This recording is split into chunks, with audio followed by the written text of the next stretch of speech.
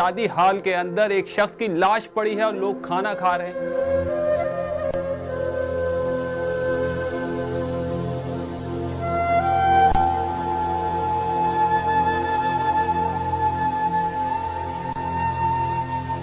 पाकिस्तान तो बन गया, लेकिन अफसोस की बात कि हम लोग एक कौम ना बन सके।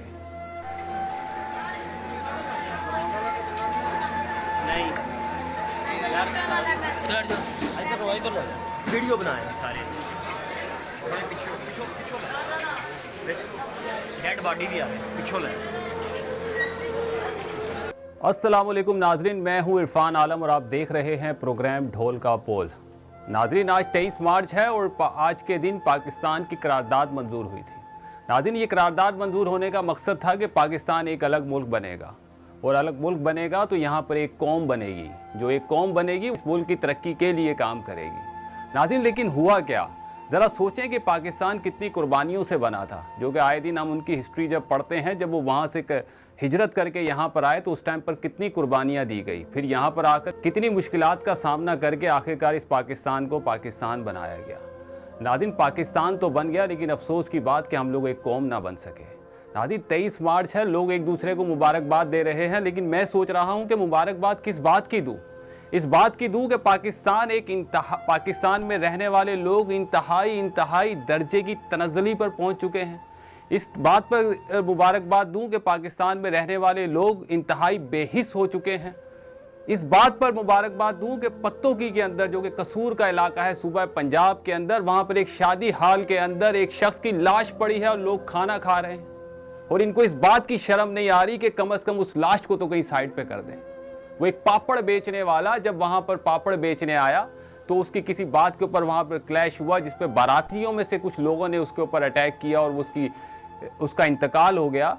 उसके बाद उस पर सफेद कपड़ा तो डाल दिया, चेहरे को नहीं ढांपा, लेकिन लोग वहां पर खाना खा रहे हैं।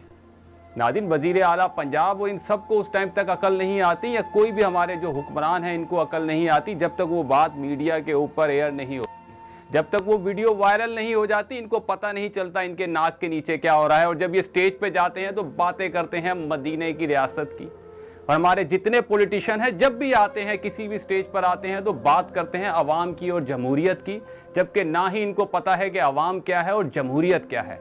इनको सिर्फ इस बात का पता है कि मेरा फ़ायदा किस चीज़ के अंदर है। ज़रा सोचें, थोड़ा तसव्वुर करें, थोड़ा इमेजिन करें कि उस घर के ऊपर क्या गुजरी होगी जिस घर का बेचने वाला, वो पापड़ वाला, वो पापड़ बेचकर यकीनन अपने घर पे वो लेके जो जाएगा उसी से अपने घर का रोज़गार चलाएगा। और इतने बेहिस लोग। इसकी एफआईआर किसके खिलाफ कटनी चाहिए? क्या इसकी एफआईआर वो हाल में बैठे हुए उन लोगों के लिए कटनी चाहिए? क्या इसकी एफआईआर वो जो हाल के मैनेजर और उसके 12 लोगों के लिए कटी है? क्या वो दुरुस्त है? वो जो सारे लोग बैठे हुए थे, क्या वो बेगुनाह है? फिर उनको भी छोड़ें, क्या वो लीडरशिप जिसको हम लोग फॉलो करते हैं, क्या वो बेगुनाह है? जब हमारा लीडर स्टेज पे खड़ा होकर बोलेगा कि फलां शख्स मेरे तोप की बंदूक पर है, तो मैं क्या सोचूंगा?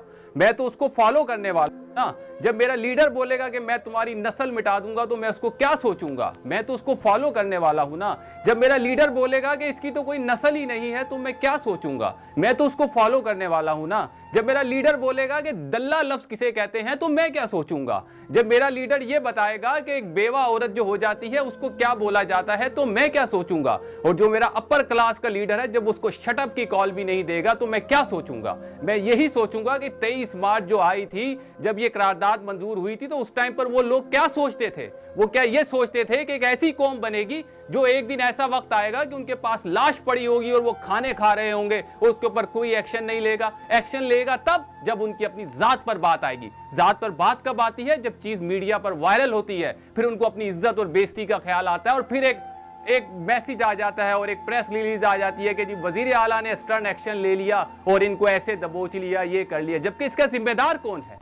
जिम्मेदार ये खुद हैं, जब स्क्रीन पर आके, मीडिया की स्क्रीन पर आकर बदजुबानी करते हैं। इनको अब ये नहीं मालूम होता मैंने बात क्या करनी है, आके बोल देते हैं और इनको बस उसका जब रिएक्शन आता है तो फिर उसके ऊपर कोई अपोलोजाइज कर लेता है। और बाज ऐसे ढीठ होते हैं कि वो उस बात के ऊपर ढीठ की तरह कायम रहते हैं। तो नाज़रीन, ये कसूर सिर्फ उस अवाम का नहीं है, हमेशा कसूर उसका होता है जो लीड करता है। जब एक बच्चा किसी क्लास में पढ़ता है, अगर बच्चा शैतानी करे तो हमेशा उसके टीचर को बोला जाता है कि आप इसको क्या सिखाते हैं। ऐसे ही ये कौम की बात होती है। जब एक कौम बनती है तो उस कौम को बनाने के पीछे उसके पीछे एक लीडर का हाथ होता है, उसका कोई विजन होता है।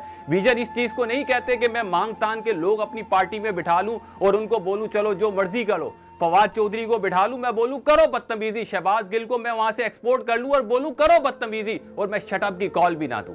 ऐसे ही हमारे ओपोजिशन के मामलात हैं। हमारे जो ओपोजिशन के लोग हैं वो भी उनके भी जो दिल में आए बोल देते हैं, लेकिन बाद में इनको कुछ रियलाइज नहीं होता, क्योंकि ये चीजें उनके अपने बच्चों पर, उनके अपने घर वालों पर नहीं गुजरती। जरा सोचें, जब वो पापड़ वाले के घर पे ही बात पता चली होगी कि इस तरीके से वहां पर ये सब कुछ हुआ और ये मरा हुआ था और लोग खाना खा रहे थे, उनके घर वालों पे क्या गुजरी होगी। ये बातें शायद मैं और आप तो सोच सकते हैं, इन लोगों के दिमागों के पास से भी नहीं गुजरेगी। इनको बस यही आता है, जब भी स्टेज पर आएंगे आपको बस यही बोलेंगे मैं तुम्हारा हमदर्द हूं, तुम सब बेकार लोग हो, बाकी जितने लोग हैं सब बेकार लोग हैं। नाज़रीन, ये जो जुबान इस्तेमाल करते हैं, आप बिलीव करें जब ये लोग अंदर कमरों में बैठ के इस्तेमाल करते हैं तो ये आपको और हमारे को गधा घोड़े से कम नहीं समझते। ये बाद में हंसते हैं। मैंने खुद असेंबलीज कवर की है, मैंने देखा एक वक्त में असेंबली के अंदर लोग एक दूसरे को गालियां दे रहे हैं और बाद में कैंटीन में आकर चाय पीते हुए ये बात कर रहे हैं कि तुमने मेरा वो डायलॉग देखा था, तुमने मेरा वो स्टाइल देखा था, और वो फिर एक दूसरे को क्लैप करते हैं। नाज़रीन, ये मेरे को और आपको ना जाने क्या समझते हैं, तो खुदा के वास्ते इनको समझें, ये ढोल हैं, ढोल हैं, ढोल हैं और बेसुरे ढोल हैं। इनका कोई विजन नहीं, कुछ भी नहीं। इनका सिर्फ एक ही विजन है, वो है प्रोटोकॉल। सिर्फ ये प्रोटोकॉल की इनको इतनी खतरनाक बीमारी लग चुकी है कि ये वो प्रोटोकॉल हासिल करने के लिए कुछ भी कर सकते हैं। इनको इस चीज से कोई सरोकार नहीं। 23 मार्च को क्या हुआ था, अगर आप बिलीव करें, इनमें 80% लोगों को अगर आप बिठा लें और इनसे 23 मार्च की हिस्ट्री मालूम कर लें तो इनको नहीं मालूम होगी, क्योंकि इनको पता ही नहीं। ना इनको दीन का पता, ना इनको दुनिया का पता। अगर इनको पता है तो सिर्फ अपने प्रोटोकॉल का। उसके लिए जिद पर भी आते हैं, अनाबाजी पर भी आते हैं, सब कुछ करते हैं। ना इनको ये पता है कि फंडामेंटल राइट्स क्या होते हैं, हेल्थ, एजुकेशन कौन देगा। अगर ये आपके पास हमारे मुल्क के अंदर एजुकेशन का निज़ाम अच्छा हो तो क्या इतनी बेहिसी हो सकती है कि एक शख्स हाल में मरा पड़ा है और आप उसकी पास बैठ के खाना खा रहे हैं।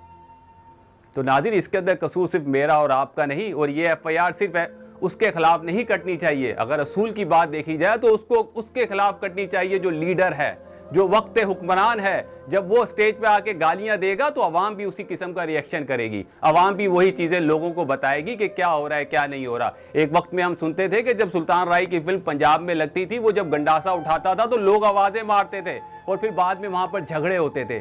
यही कॉन्सेप्ट ये लोग लेके चलते हैं। इनको पता है जब हम स्टेज पे आके धड़ल्लाबाजी करेंगे तो हमारी आवाम का आज भी वही स्टैंडर्ड है। उसका रीजन ये कि इन्होंने मेरे को और आपको एजुकेशन से रिलेट नहीं होने दिया। इन्होंने मुझे और आपको, हमारा जो एजुकेशन का निज़ाम जो एक जैसा नहीं, इसकी वजह ये है कि ये हमारे को अपने बराबर ना आने देते हैं, ना आने का सोच सकते हैं। इनकी नज़र में हम लोग सिर्फ भेड़ और बकरियां हैं, जिसके लिए इन्होंने लोग रखे हुए, उसके हाथ में लाठियां, और उसको चला के कभी लेफ्ट करते हैं और कभी राइट करते हैं।